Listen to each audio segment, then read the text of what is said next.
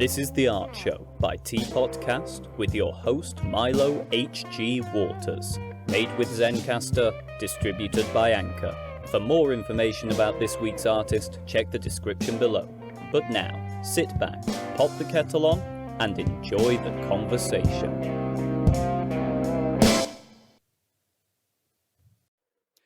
Welcome, one and all. My name is Milo H.G. Waters, host of the T-Podcast, and it is my pleasure to introduce Haywire Theatre. Nearly called you something else then.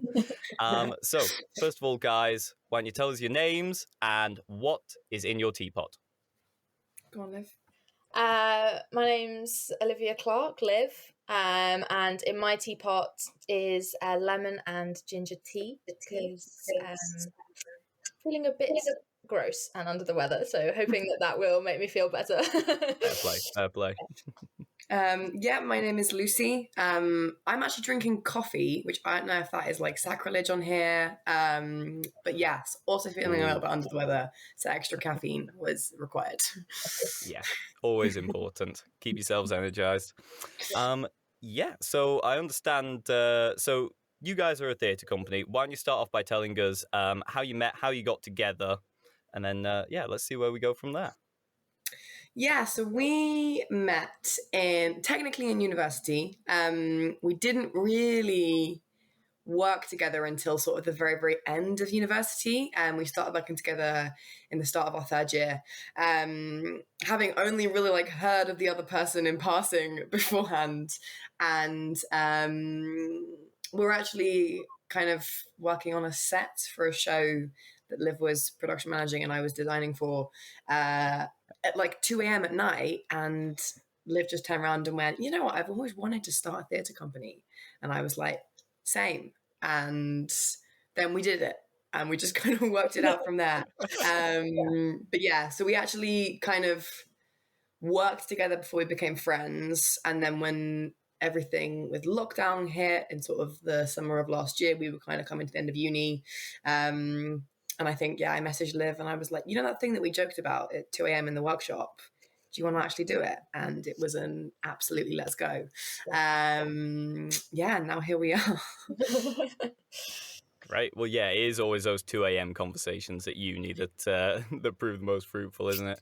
Yeah. So what are the kind of roles within the company? Like, how do you sort of divvy things up?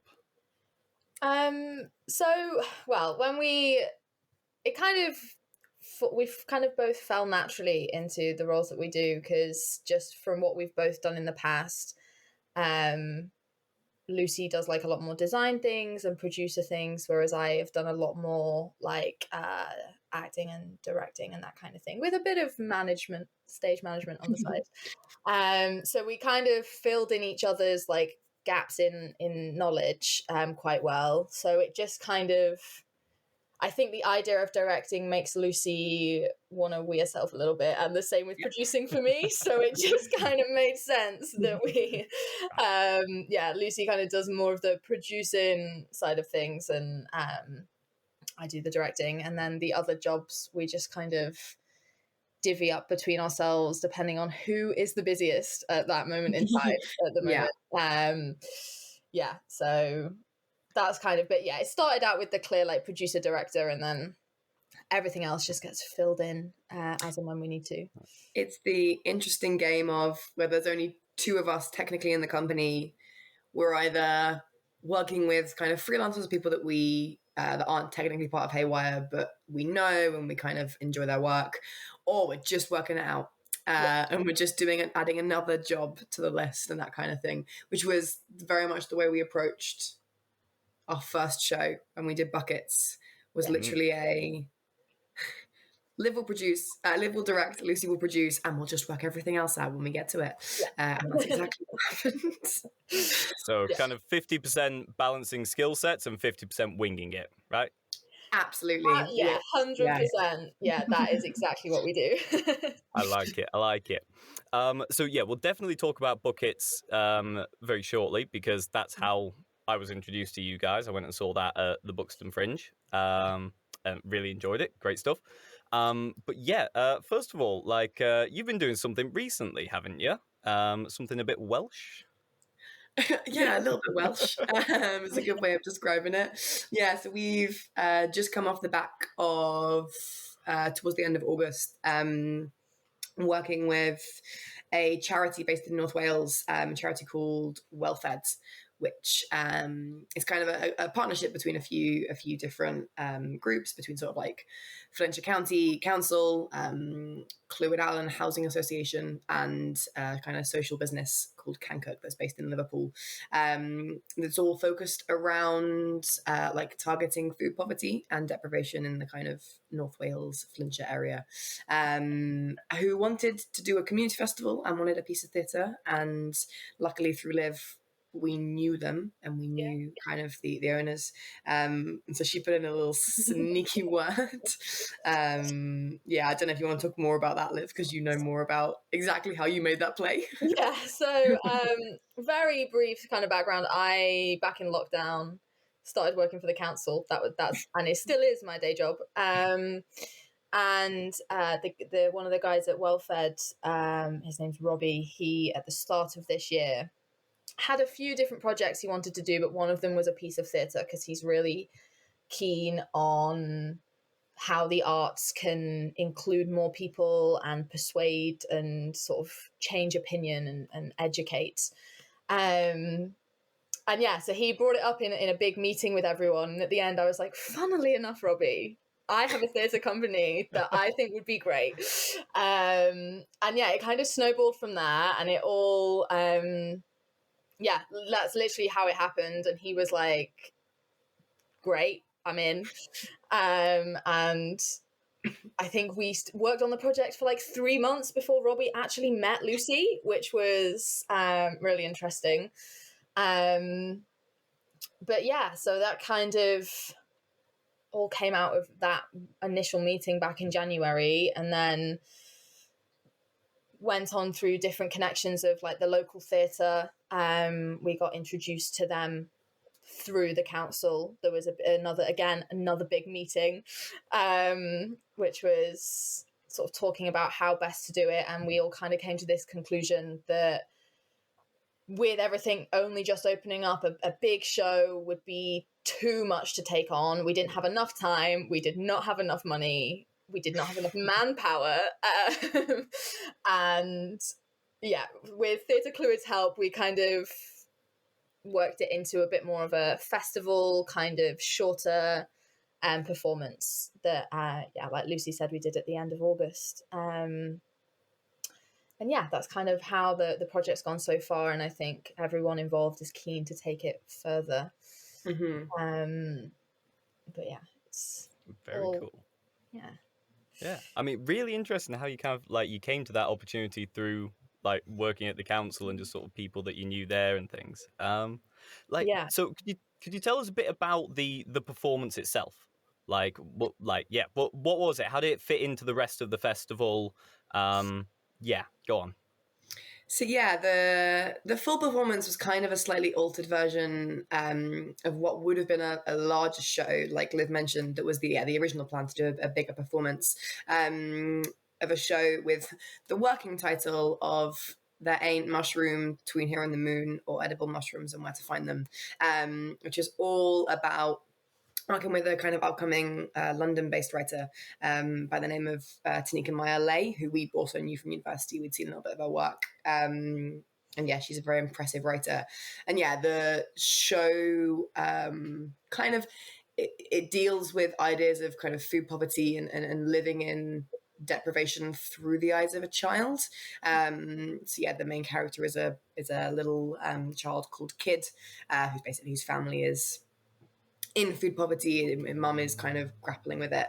And the much larger show, which kind of ended up getting condensed and altered, had kids going off on a semi-fantastical adventure in the search for wild mushrooms to help their mum out with the weekly shop, which obviously a 10-year-old child should not be doing. If there are any listening, don't do that. That's a terrible idea. Don't go foraging mushrooms, please.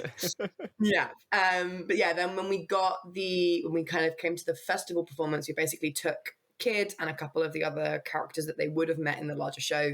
So a character called Erica, and a character called Poppin, who Poppin is a very much like a well-off philanthropist millionaire who has a lot of like family wealth, and Erica is this kind of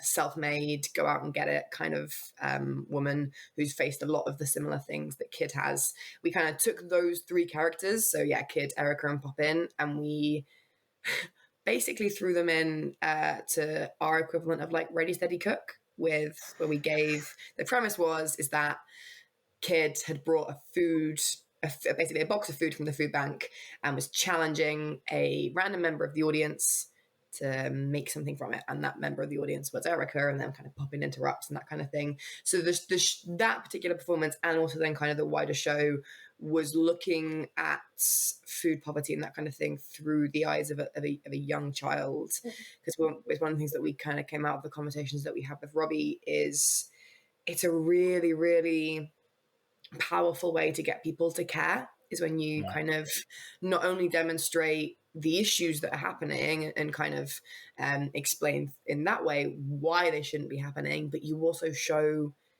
who they're happening to.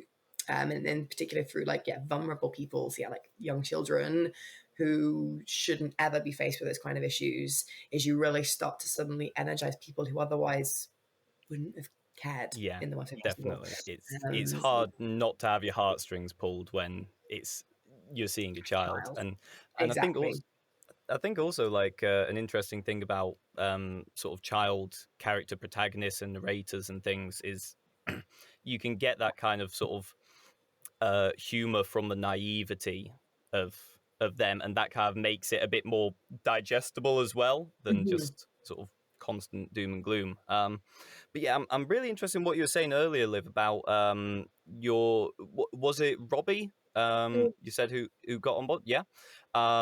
About sort of making theatre and this festival accessible to people and getting people who wouldn't normally see it involved. Like that's something I've always been interested in with theatre, and how it can actually connect to communities, because a lot of the time, to me anyway, it often feels like it's got a bit of an elitist kind of air about it. You know, you can go to London and pay hundreds of quid to sit in a big show, or even a lot of festivals, they tend to have this kind of, even if it's not really there, this sort of perceived kind of like highbrow sort of feel to them. And the only time people like, a lot of people go to the theatre is for the Christmas panto, like, which is nothing wrong with that. But yeah, I mean, I'm interested in how you guys kind of approach that with the show, and perhaps if you could talk also about how the festival approached it more broadly. Yeah, so the festival was organised by some people from the team that I work in at the council. So I was kind of the connection between them and the theatre piece. And the festival itself was completely free, and there was food on offer that day as well, free of charge. So free tickets and free food are always a good way to get people in, right? And it was, we were fingers crossed for a glorious sunshine, and it was supposed to be outside, and there was going to be a big stage and all of this, and then it absolutely chucked it down. It was the weekend before bank holiday weekend, so it got rushed inside last minute, and everything kind of changed.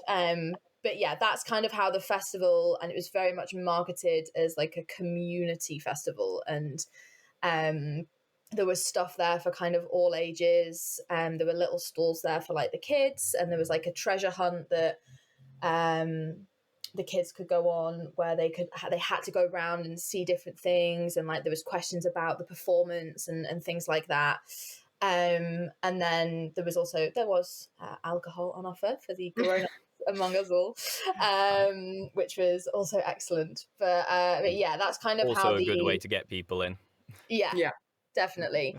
So yeah, that's kind of how the festival overall was trying to not exclude anyone by making it free. And it was also a Saturday, so it meant that if they were working in the week, they were definitely able to get there and all that kind of thing. And by being as well, I think at the local theatre, North Wales, believe it or not, there is not a theatre on every corner. Really? So when you say, oh, it's at Theatre Clwyd, people are like, oh, I know exactly where that is and what that is, which was great. And then, yeah, with the piece, we kind of very much, to try and sort of make it accessible to everyone, it was Kid took the lead on a lot of things, so it wasn't overcomplicated, and it wasn't like this intricate weaving of arguments and all that. It was directed at the audience, so it was very much we're all in it together, not you're watching something and it's separate from you. And yeah, so there was a little bit immersive then, potentially.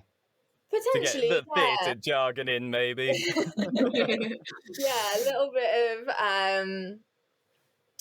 very much like Kid wanted the audience on side, and actually something we wanted to do, but we, with like COVID rules being different in Wales and things, we didn't get the go ahead in enough time, but we were hoping, and it's potentially something we would do if we were going to do this again in a similar kind of format, was to get the actors out into the audience, so Kid could go and speak to a load of kids and like chat to them and everything, and yeah, we were gonna get like pop in little business cards and like send him out and like kind of also bring it in that way so that they could have conversations with them. But unfortunately we didn't get that, we didn't get to be able to do that. But we did have we had our own kind of stall and area in the festival, so people were able to come up to us and chat at the end, and we were very open about being wanting to talk about it and everything. And we also had food. We were also giving away food, the food that Kid had cooked in the show, because they were cooking on stage with a little element of theatre magic, so it didn't quite, that was not edible. We pre-made edible food to give away to people, and we also provided them with like recipes because there was 2 different dishes cooked. There was like a very basic food bank pasta bake, like inspired by the food bank parcel, and then there was like a truffle and mushroom tagliatelle kind of posher meal. So they were given away to the audience as well, so that they could continue the kind of experience at home and try both and see what their thoughts were as well. Very cool.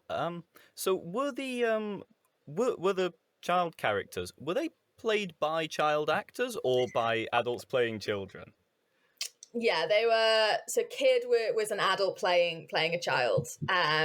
She's only 20, so she's not like 45 playing a 10-year-old.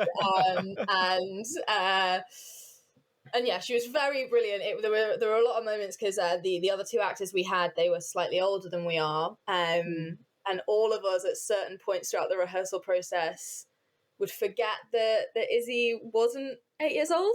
Yeah. And it was like, she was so endearing and like had this wonderful naivety at times, which was brilliant. And yeah, as much as it's always wonderful if you could actually use a 10-year-old child, the legalities and just makes everything tricky. I'll bet. Yeah. Did not even want to begin to get my brain around that. So yeah, oh, go on. No, finish. Cool. Oh, I was just going to finish off the point and say, yeah, we didn't use child actors. To be fair, the nice thing about it is that the cast that we worked with for that were all like unknowns. So they were all people that we didn't know before. We just put an open call out to actors in kind of the North Wales, North of England region. And we had so many actors that were like 20 to 25 playing brilliant 10-year-olds in a slightly concerning way. All actors are just big kids, let's be honest. We like dressing up and playing pretend, like. But it was really wonderful kind of expanding that out and seeing what they brought, because all the actors kind of brought their own thing, but I think Izzy brought this really, really wonderful confident naivety to kids, which was really, really nice, because I think the thing that we were also interested in with making a child the main character is you kind of ask questions as to how much kids know when they're in that situation and how much they see, because they're around their parents all the time and they can open their kitchen cupboards and see what's in there, and how much they understand about it is, I think, something we wanted to explore. And I think the way he dealt with kids was a really interesting way of, it was so obviously a child, but it was a child that really understood what was happening, in a so obviously quite slightly upsetting way, but in a, I think, quite an honest way, which I think is what we were going for. Yeah, I think it's also worth just mentioning as well the way Tanika approached the language that kids uses. It is quite grown up, because obviously, yeah, we want that like childlike perspective, but the harsh realities. So, yeah, there were times. Oh, go on. I think I was just going to say, like, also challenging the like sort of preconception that people, families, children living in this kind of scenario are stupid, or are like, I think it's the stereotype of sort of like people living in deprivation and that kind of thing, is that they don't try, they're not intelligent, because if they were, they wouldn't be in that situation, which is so unbelievably incorrect. And so by turning kids into a confident, eloquent, well-spoken person who just happens to be in that situation because of the circumstances that their family found themselves in, it was a nice way, I think, of us reminding people that poverty isn't something that you just fall into and then go, oh, this is my life now, and don't do anything about it. Like, it's a constant struggle, and if the system is rigged against you, it doesn't matter how intelligent or how eloquent you are, the system's rigged against you, and you're not gonna kind of get yourself out of it, which I think was nice. Right. Yeah, really interesting. Yeah, I would have loved to have seen it. It sounds great. So any plans to kind of do the full show? Because you said it was kind of like a stripped down version for the festival. Any plans to revisit it in all its glory? Yes, we are hoping it's kind of one of our it's kind of our next big step, is that we're actually kind of hoping to not only do the full show but also expand what we were going to do alongside it, because the original plan was just do a performance, do a 8-week rehearsal period, get in a writer, do a show, that would be it. Whereas I think now we're kind of aiming to break it down into 2 stages. So we're hoping to, towards the end of this year and into the start of next, do a period of sort of like community outreach and R&D for the show, where kind of targeted at the public in North Wales, kind of engaging with them, working with them, getting insight from the community, not just people living in food poverty firsthand, but also people who aren't living in it but have an opinion on it, and really kind of culminate a bank of information and data and firsthand experiences about the realities of the circumstance.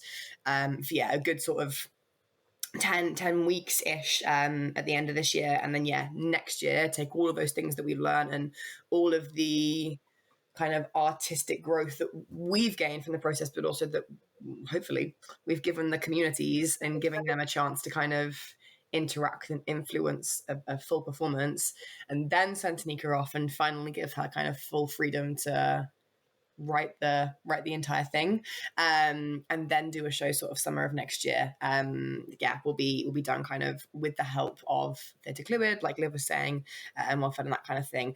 Maybe as it stands right now, because obviously questions about what will happen in the future in regards to like money, but also what will happen sort of COVID-wise as well, are big questions. But that's the hopeful next steps. And then we're kind of in conversations with Well Fed at the moment to get that as viable as possible, because there's such a opportunity in the show, not just for us to do something really, really incredible, kind of take a big step as a company, but also to really, sounds very sort of pretentious when you say it, but like make a difference to people, which always sounds, I feel like, a little bit big-headed coming from artists occasionally, but that's the goal, hopefully, or at least try and make a difference, I think.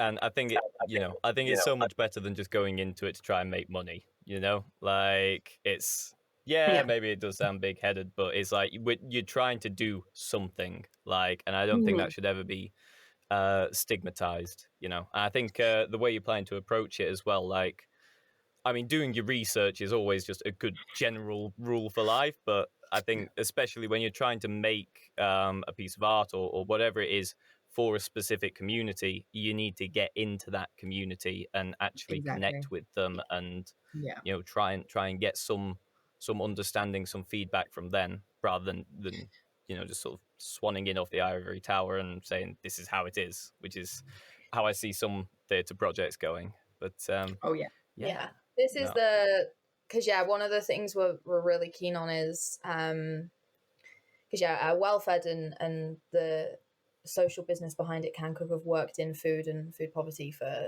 over a decade. I think they've been going, so they've got some great stories firsthand, but also like excellent reports and statistics. There's a brilliant report that came out back in March that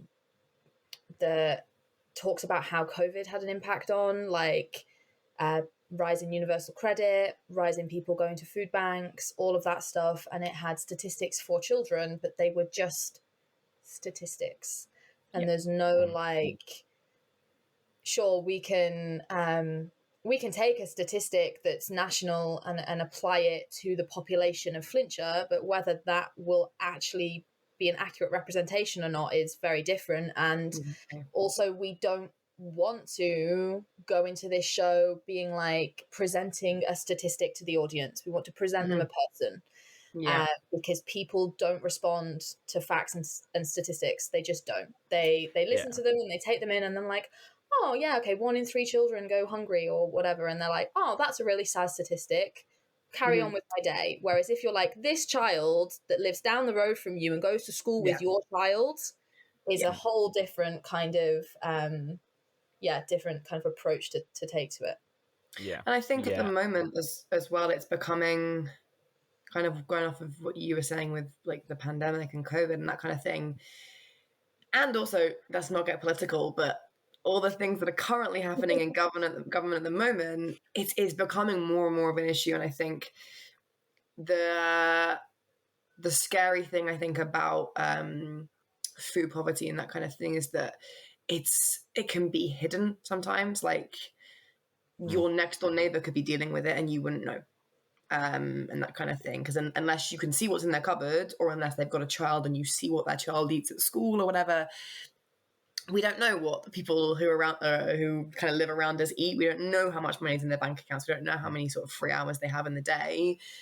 So even though the problem's getting worse, it doesn't mean that the problem's getting more visible. And I think it's a really, I wrote it in a kind of one of our recent blog posts. The arts are a really brilliant way of dealing with it, because like Liv said, you kind of find the human in it, but you also give people an accessible way in, because it's not real. Like it's not like, it's different to seeing a homeless person sitting on the street, or like the adverts that you see on TV for like water aid in Africa and that kind of thing, where you're literally being confronted with the issue, which can make some people uncomfortable and they just then switch off and kind of don't engage at all. Whereas if you kind of put that spin on a made up piece of theatre, it's a really accessible way into the issue, because you're presenting them with a character, just someone that they can emotionally engage with, but not someone who's actually seeing that scenario firsthand. Like an actor leaves and goes off and has their paycheck in their pocket and moves on with their life, but it engages you and it starts you thinking about the thing that their character was dealing with and that kind of thing. So I think there's a lot of opportunity at the moment for artists to really clearly engage with what's happening socially, because I think a lot of people's circumstances are going to be changing or have already changed, and I think the arts are a really accessible way to deal with it. Yeah, I mean, brilliant. Gosh, like, love everything you've said. Just so much to unpack there. Like, I mean, yeah, it's. I mean, it is a thing with poverty, isn't it? That by every metric, our poverty rates in this country have been rising since the 70s, I think, maybe even earlier. And yet, it's not, I don't know, it's not like you're walking around a slum. It's not immediately obvious kind of thing. Exactly. Like, yes, you see homeless people on the street, but, like you say, it's not necessarily visible. And I mean, between, the recession in 2008, COVID, I'm holding myself back from some nasty words about our current government. It's not been easy on a lot of people, and I think everybody has seen their circumstances change, to some degree or another. And I think it is really important for artists to engage with that. So it's great to kind of see and hear that you guys are kind of taking that up. I think Robbie just to mention, kind of made a really interesting point to us in a really early spring of this year, back when kind of first discussions were being had. He made a really interesting point where he said, I don't want it to be a political show because it's not a political issue, it's a social issue. We're not about trying to take down someone and raise up someone else or any sort of anything like that. Poverty and giving people good quality of life isn't about politics. It's about society and kind of how you want people's lives to be led, essentially. And I think the arts is a point of social connection. So you find perfect kind of crossover in that sense. Like you were saying, like it's kind of we're kind of perfectly equipped in an odd way to be really good at talking about these kind of things. We just maybe don't do it as much as we should. Yeah, definitely. And I mean, art and storytelling is how we communicate. And I don't know anybody who gets emotionally invested in a number, whatever that statistic, that number is connected to. But so I am very keen to talk about buckets. And and I've you've sent me some pictures through, so I'll sort of put those up in the edit, and people can get a little feel for the rehearsals and what the stage looked like and who was in it. But could you start off by telling us like what this play is about, who wrote it, and how you kind of came to pick it, and then we'll talk about how it was staged, performed, produced, all of that kind of thing. But just give us an introduction to the play itself first. Okay, so the constant battle we have had is what is Buckets about since we decided to do it. Buckets was a play that Lucy had read, and when we first kind of started Haywire, we'd finally settled on a name, and we started all the public "we are a company." And then we were like, right, we need a project. So Lucy sort of brought me Buckets and was like, I've read this play. I think it's really great. I think it reflects kind of everything that we want to do in terms of focusing on everyday life and just people in general and sort of the everyday person. And I read it and I was like, brilliant. Have no qualms. Let's do it. And then 12 months later, we finally did, which is a whole different discussion. But Buckets essentially is about life, I would say. It's about kind of the good bits, the bad bits, and just the boring everyday stuff. And it holds them all in kind of equal proportion to each other.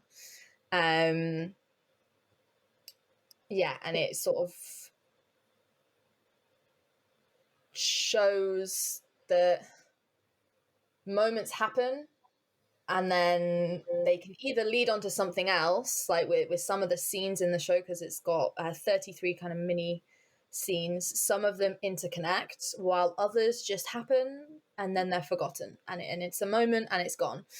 And I think we included some extra kind of connections in there by the way we cast it, because we chose to only have 3 actors, which is a big step to get them to do multiple characters over sort of probably about 28 different scenarios, because some of them overlapped, whereas a lot of other productions we've seen had like big ensembles of like 6 to 10 actors, if not more. But yes, I would say, Lucy, you can jump in if you've got anything else you want to add, but I would say Buckets is about the good and the bad and the boring of life. And how they all matter, but also equally they don't matter at the same time, which is really ambiguous and really kind of the worst description of the play. Pretty broad. There is no plot, so I can't really tell you what it's about without going through every single scene, but that's how I would explain them all in a nutshell, I would say.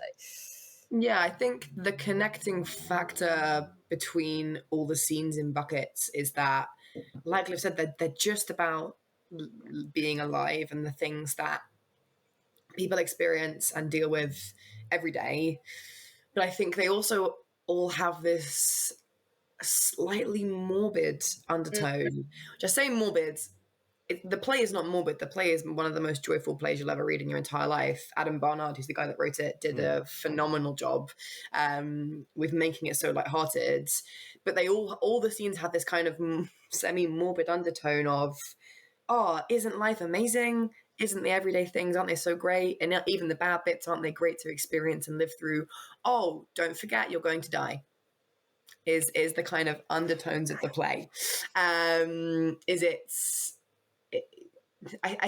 think, if I'm remembering the back of the play correctly, the blurb of the sort of published playtext has, or maybe I wrote this in a description, one of the two.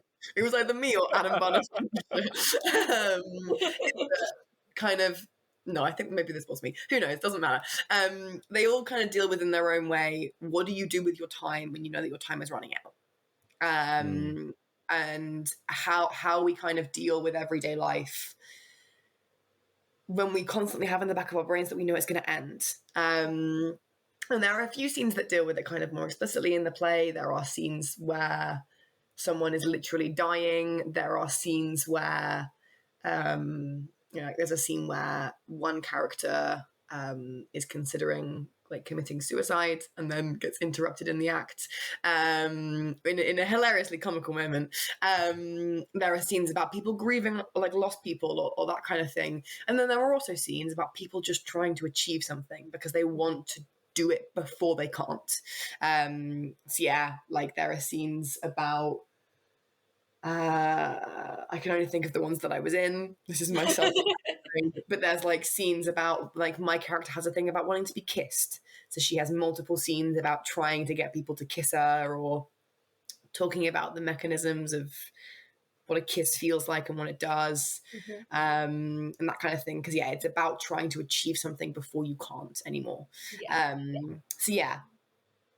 Morbidly, it's a play about life in all of its ups and downs, like Liv said. It's an interesting one to try and pin down for sure. Right, cool. So I guess my first question is then, how on earth do you approach directing something like that? So you've got 3 actors in the room. One of them is actually your producer, right? Yeah. You play, yeah. And you've got a play with vignette, I think is the word, scenes that don't connect to each other most of the time, and it's this really broad subject matter. Where do you start? How do you go through it? If only someone could tell me now. No, okay, so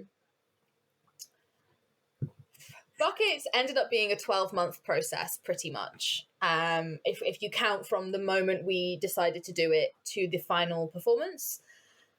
With the group of actors we have, it was about 8 months on and off of work. And funnily enough, which looking back on it now, how on earth we would have managed it, I don't know. We originally wanted to do it at Greater Manchester Fringe last November. and we were giving ourselves about 4 weeks, which can't even comprehend how we would have achieved it, and I actually don't think we would have, but we chose not to do it and sort of do a longer process instead. And we actually started, because we had so much time, with a period of research and development. So we did from sort of middle of October to like Christmas time. We did, I think it was 8 weeks or 6 weeks of 2 or 3 sort of like hefty 3 to 5 hour long sessions a week. So we were doing a good sort of 12 to 15 hours a week of it. So what did those R&D sessions kind of involve? Like, so they kind of first of all, we just kind of took the overall theme, and which we, at the time, we pinpointed as grief, and we did some exploration on kind of how it feels to grieve, but also how that can be performed on stage. And we actually, one evening, we just we had to do all of it over Zoom, so it was all done at completely distance. Me and myself and Lucy didn't actually live together at the time, so we were completely all over the country, and we all came together with clips from film and TV that we felt personally represented grief. And the only ones I can remember are the Doctor Who scene where the Doctor and Rose get separated, and the scene from Midsummer where they're doing like communal screaming. So 2 very different portrayals. And then, we kind of did some sort of heightened emotion exercises around that. I did really make my actors very sad for a whole evening, and I think we did it for like 2 hours, and then I went, you know what, guys, we're just going to dance all together for a little bit because I think everyone's a bit sad. So we focused on that, and then we also focused on character, because obviously we knew that they were all going to have to tackle so many different kinds of people. And we'd already divided up the script. Myself and Lucy had already done that. And we had A, B, and C.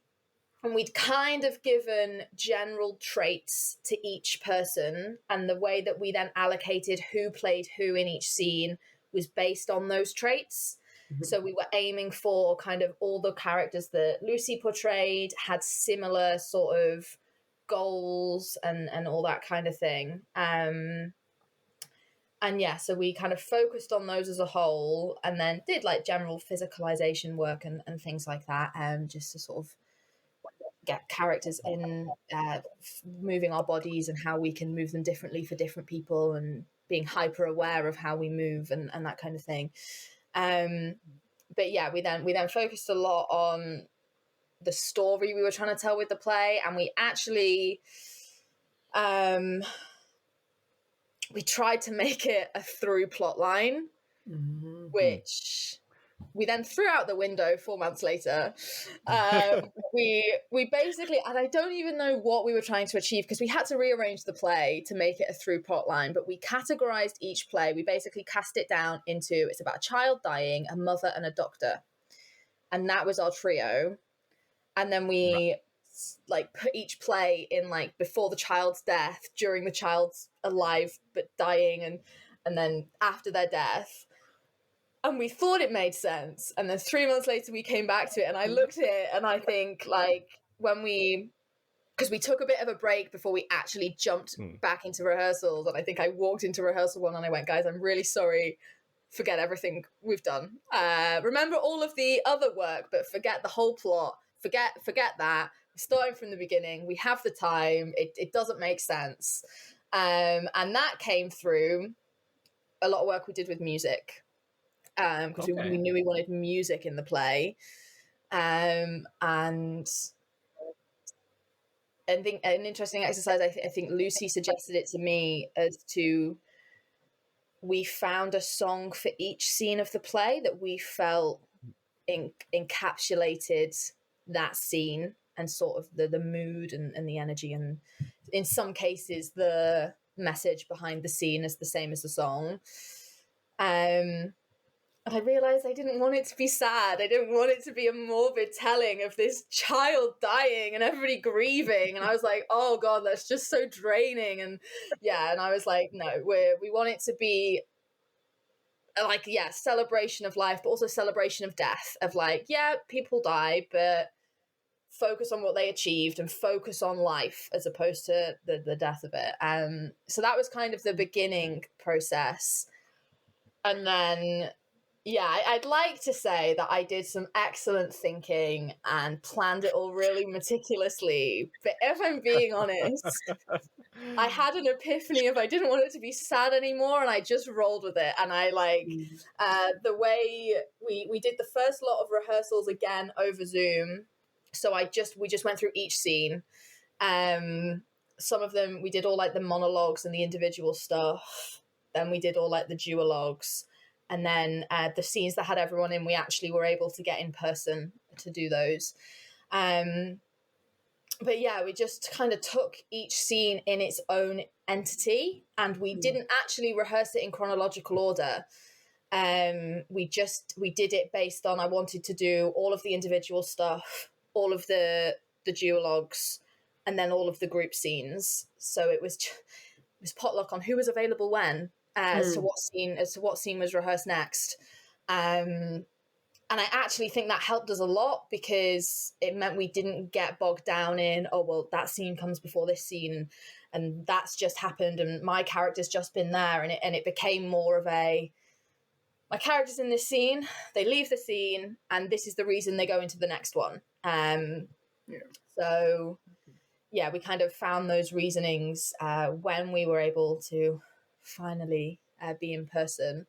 I don't know, Lucy, if you want to give any perspective of actor view of that whole process, or producer view, because in the early stages, what your role was in rehearsals, I don't know. It changed on a daily basis, but I don't know if you want to throw anything in there.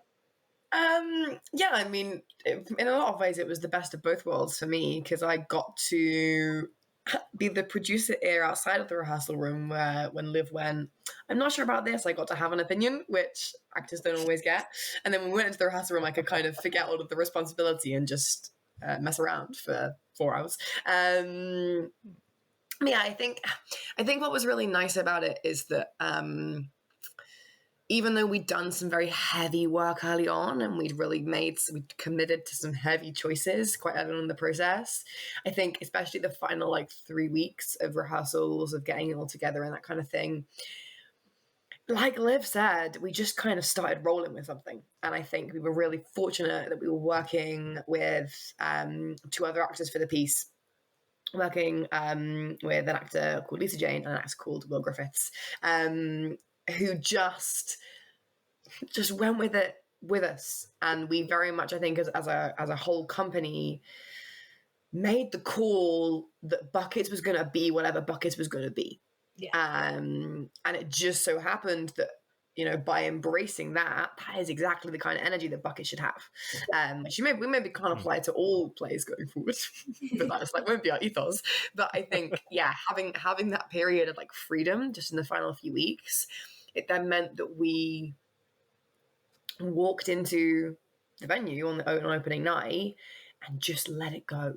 Because Buckets is a really great play that so much of it is made more in what the audience do and what the audience take from it than actually what you bring. And the nice thing about it is that it's not like a Shakespeare or like a huge classic where you've almost got a reputation to live up to. It's been performed and it's done very well in the past and that kind of thing, but Buckets is a play that is wholeheartedly decided by its audience in terms of what they want to take from it, because of the way it's structured and all those kind of things.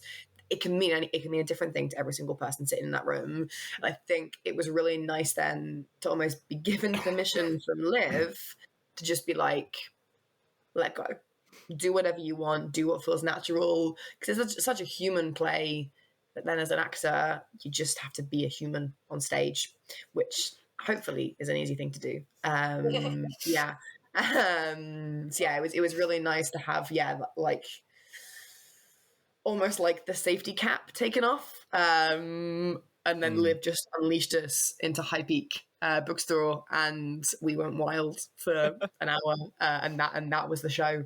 But yeah, I think it was a very haywire in name, haywire in nature, in the best possible. Kind of rehearsal process. Fantastic. Well, yeah, and that I think that whole energy that you're talking about, kind of going from the very morbid, heavy stuff early on to really just kind of letting loose and bringing a lot of energy to it, like that definitely came out in the performance. Sorry, this place is full of dust. That's why I'm coughing and my throat's going to hell. No worries. Yeah.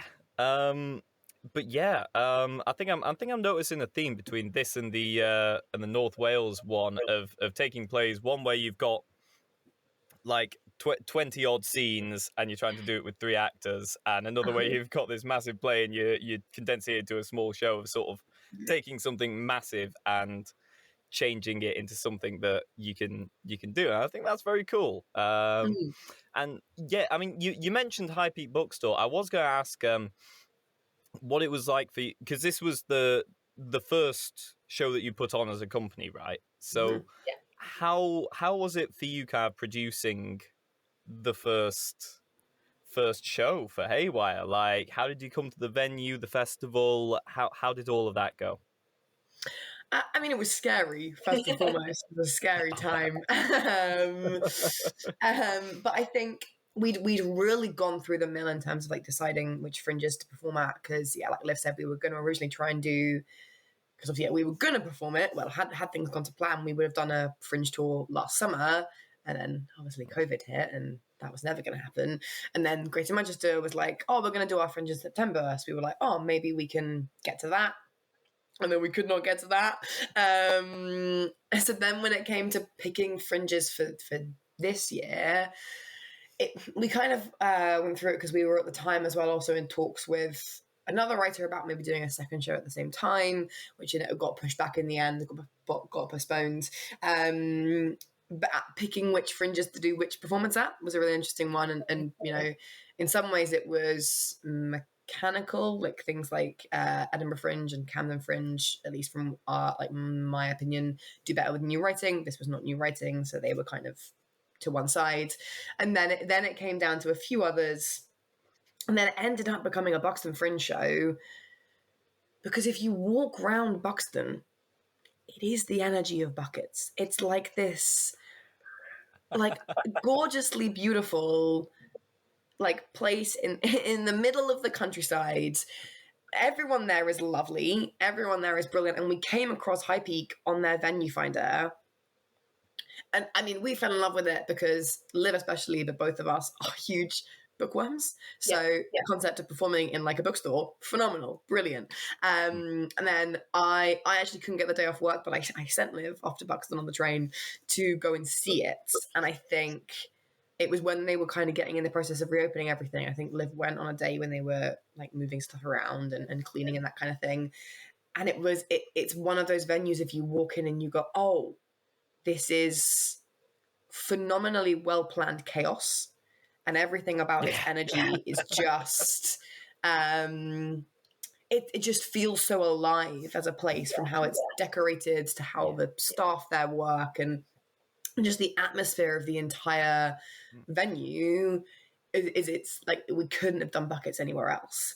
And it steadily kind of became a thing where even though the idea of producing our first show was terrifying when it first started, the more things started slotting into place, the more it became a very comfortable experience, because buckets fits at Buxton Fringe Festival in High Peak Bookstore. That is, at least in my opinion, where buckets should be performed, in a venue where you can, when we didn't because of COVID, but you could literally reach out and touch your audience if you wanted.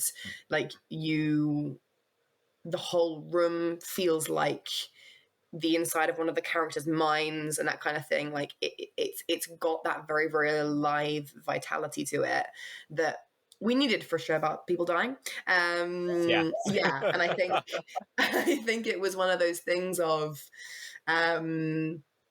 we definitely lucked out in a few different places, but really, I think it was a really great comfort to feel like buckets fit in that location. And I think it was a better call from us as opposed to trying to get it into like a black box space or anywhere that had kind of like more of a formal theatre setup, because you need like people to people interaction, and I think it's important in a show like Buckets, especially when things change so much and characters are sometimes acting and sometimes they're just standing and watching the play with the audience and that kind of thing. It's important, I think, to break down the divide between actors and audience in that sense, and High Peak really let us do that. And just how wonderfully relaxed the staff were. We walked in and they were like, do whatever you want, put the tables wherever you like. Yeah, I was going to say, as much as I turned around to the actors and went, okay, we're here now.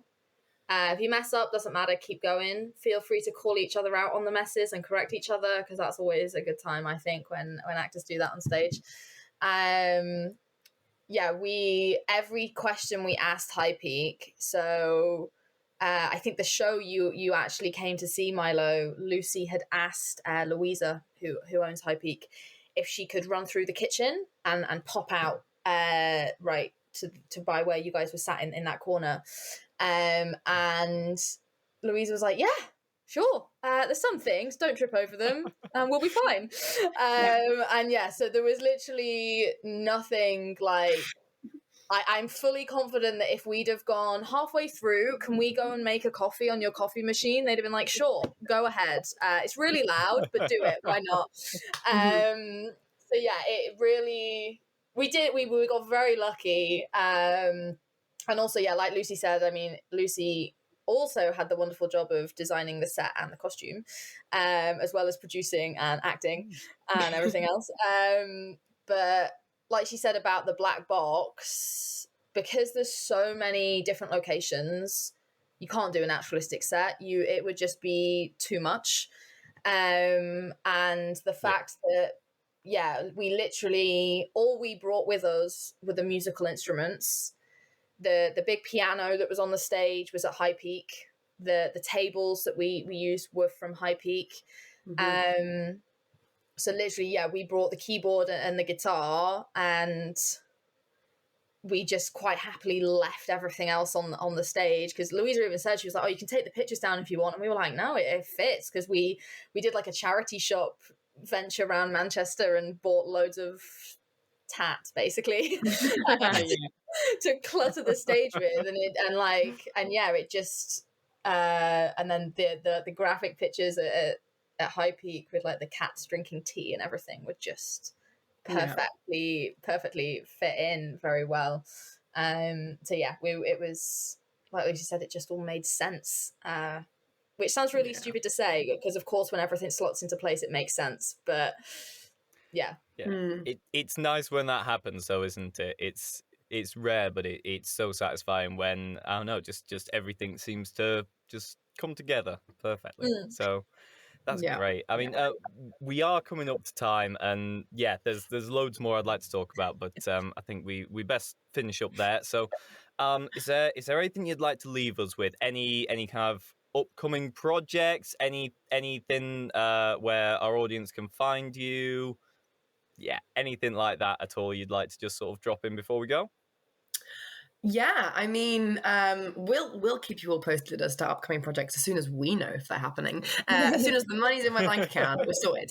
You can follow us we're on Facebook, Instagram, and Twitter at Haywire Theatre, and then we also have a website, www.haywiretheatre.co.uk, where we do have a blog that we keep up with. So any updates and things will go on there. There's a little mailing list that people can join if they want to. And they can also check out, if they want to, our original, when we started, digital season that we did. We did a season called the Pocketful Project, which may end up getting continued as and when we have time. But no promises there, because who knows when we'll have time. They can catch all of those on the website and that kind of thing. And keep an eye on social medias, because we will for sure be doing some excitable announcements as soon as we have news, because Liv and I sure as hell will not be able to contain the excitement. So, All right. Well, yeah, I think that's fantastic then. Well, yeah, it's been an absolute pleasure having you guys on, and I wish you all the best for your future projects. And yeah, hope to see you again soon, either on the stage or on the screen or in person. Absolutely. Yeah, brilliant. Thank you for having us as well. It's been wonderful to kind of talk through everything. Yeah, it's been great. All right then. Bye bye, folks.